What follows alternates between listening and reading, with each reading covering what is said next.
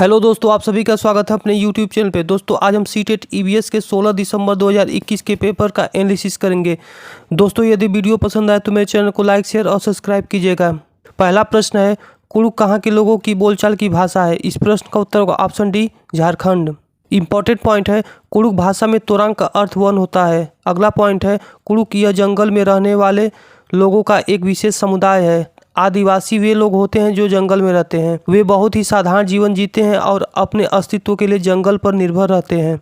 अगला प्रश्न है, बिहार के लोगों के लिए मधुमक्खी पालन आरंभ करने की सर्वश्रेष्ठ अवधि है? इस प्रश्न का उत्तर होगा ऑप्शन डी, अक्टूबर से दिसंबर। अगला प्रश्न है, वेलक्रो का उपयोग बहुत सी चीजों को एक दूसरे से चिपकाने के लिए किया जाता है। निम्नलिखित में से किसने प्रकृति से प्रेरणा लेकर वेलक्रो को बनाया था? इस प्रश्न का उत्तर होगा option C, George menstrual.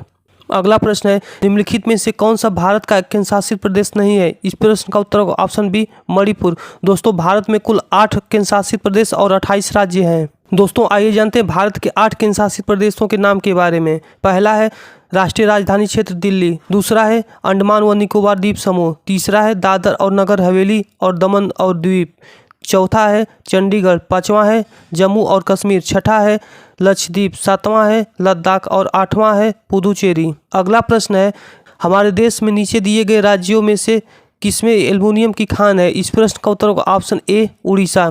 Important point है, उड़ीसा में भारत के बॉक्साइट के 50% से अधिक संसाधन है। अगला पॉइंट है, बॉक्साइट एल्युमिनियम का अयस्क है। बॉक्साइट विभिन्न प्रकार की चट्टानों के अपघटन से बनते हैं जिनमें एल्युमिनियम सिलिकेट होते हैं। अगला पॉइंट है, प्रमुख बॉक्साइट उत्पादक क्षेत्र उड़ीसा, झारखंड, छत्तीसगढ़, मध्य प्रदेश, गुजरात, महाराष्ट्र और तमिलनाडु है। अगला प्रश्न है, ब्रेल लिपि एक मोटे कागज पर उभरे बिंदुओं की एक पंक्ति बनाई जाती है। यह लिपि कितने बिंदुओं पर आधारित होती है? इस प्रश्न का उत्तर होगा ऑप्शन बी, 6 बिंदुओं पर। ब्रेल लिपि का आविष्कार लुईस ब्रेल ने 1824 ईस्वी में किया था और प्रतिवर्ष विश्व ब्रेल दिवस 4 जनवरी को मनाया जाता है। अगला प्रश्न है, प्याज की फसल उगाने के लिए कई तरह के कार्य करने होते हैं। नीचे दिए गए चरणों पर विचार कीजिए और वह विकल्प चुनिए जिनमें इन चरणों का सही क्रम दिया गया है। इस प्रश्न का उत्तर होगा option A, C, D, E, B. A, मृदा को खोदकर नरम बनाना, सी है बीज बोना, डी है खरपतवार हटाना, ई है प्याज को उखाड़कर निकालना और बी है प्याज के ऊपर की सूखी पत्तियों को काटना। अगला प्रश्न है, हमारे देश में एक स्थान है जिसे शीत मरुस्थल कहते हैं। यह क्षेत्र ऊंचा, सूखा और समतल है।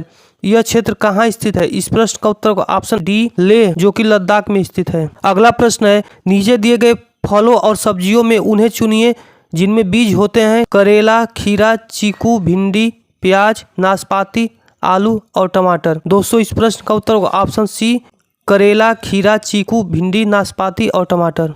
अगला प्रश्न है, नीचे दिया गया कौन सा जानवर भालू जैसा दिखता है परंतु भालू नहीं है? यह दिन में लगभग 17 घंटे वृक्ष की शाखाओं से उल्टे लटककर सोकर बिताता है और उसी वृक्ष की पत्तियों को खाता है। इस जंतु की औसत आयु 40 वर्ष है तथा अपने पूरे जीवन में मुश्किल से यह 8 वृक्षों पर ही घूमता है। इस प्रश्न का उत्तर होगा ऑप्शन डी, स्लॉथ।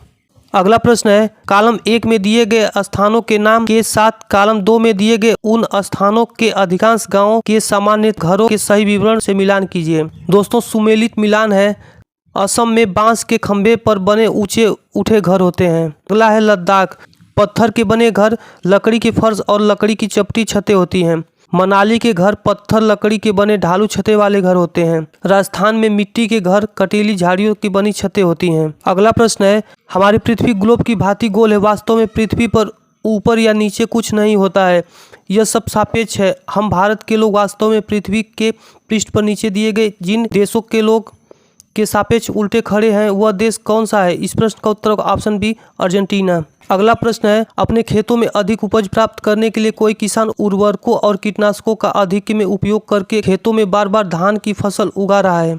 इस नित्य प्रयोग से उसके खेतों की मिट्टी बन जाएगी। इस प्रश्न का उत्तर ऑप्शन डी, अंततः किसी भी फसल को उगाने के लिए अनुपयुक्त। अगला प्रश्न है, निम्नलिखित में से कौन सा समूह ईवीएस पाठ्यक्रम में सुझाई गई 6 थीमों में से 4 को सही ढंग से प्रस्तुत करता है? इस प्रश्न का उत्तर ऑप्शन बी, परिवार और दोस्त, भोजन, पानी और यात्रा। अगला प्रश्न है, शिक्षक के पोर्टफोलियो बनाने के लिए अच्छे तरीके क्या हैं? इस प्रश्न का उत्तर होगा ऑप्शन 4, ए, सी, डी। एक विशिष्ट कारक के आधार पर पोर्टफोलियो में शामिल किए जाने वाले काम का चयन करना, सी है छात्र से अपने काम का चयन करवाना और उनको अपने पोर्टफोलियो में शामिल करवाना। और डी है एक समय अवधि में छात्रों के कामों के विभिन्न स्तरों को एकत्र करना। दोस्तों आइए जानते हैं पोर्टफोलियो के बारे में। यह एक निश्चित अवधि में छात्र के शैक्षणिक कार्य के साक्ष्य का संग्रह है। यह दैनिक कार्य हो सकता है या छात्र का चयनित सर्वोत्तम कार्य हो सकता है।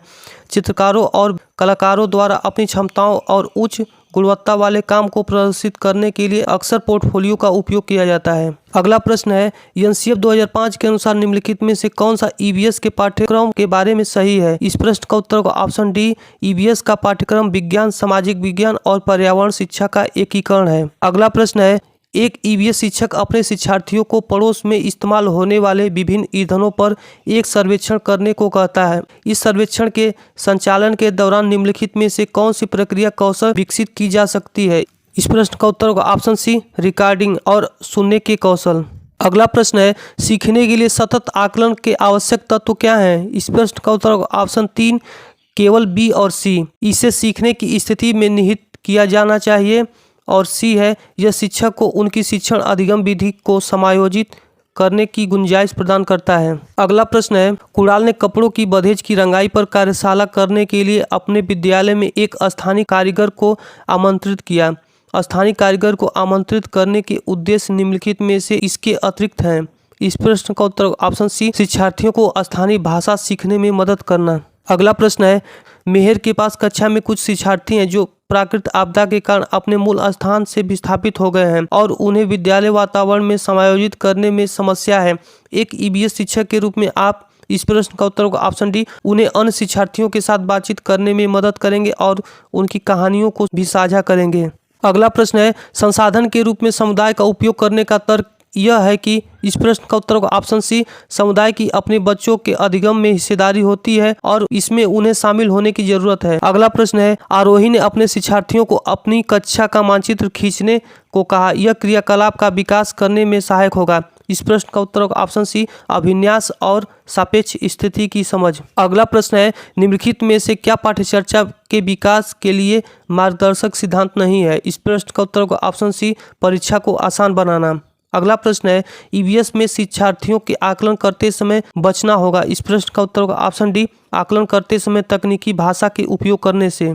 अगला प्रश्न है रोनाल्ड रॉस के बारे में कक्षा 5 में कहानी है जिन्होंने 1902 में चिकित्सा के लिए नोबेल पुरस्कार मिला था जब उन्होंने सिकंदराबाद के अस्पताल में काम करते हुए यह खोजा कि मच्छर मलेरिया से फैलते हैं। उन्होंने अपने शब्दों में बताया कि कैसे उन्होंने मच्छरों का पीछा करते हुए समय बिताया। मच्छरों के पेट को खोजने के लिए उन्हें काटा और उनका सूक्ष्मदर्शी के नीचे अवलोकन किया। रोनाल्ड रॉस की कहानी को ईवीएस में शामिल करने का क्या उद्देश्य होगा। इस प्रश्न का उत्तर होगा ऑप्शन 2 ए, सी और डी। शिक्षार्थियों को वैज्ञानिक प्रतिक्रियाओं के बारे में समझने में मदद करना।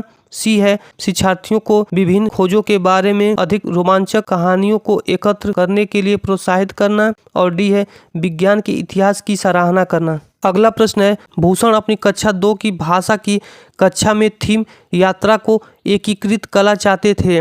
आप किस संसाधन का सुझाव देंगे जो कक्षा में संपादन के लिए सबसे उपयुक्त है। इस प्रश्न का उत्तर होगा ऑप्शन डी।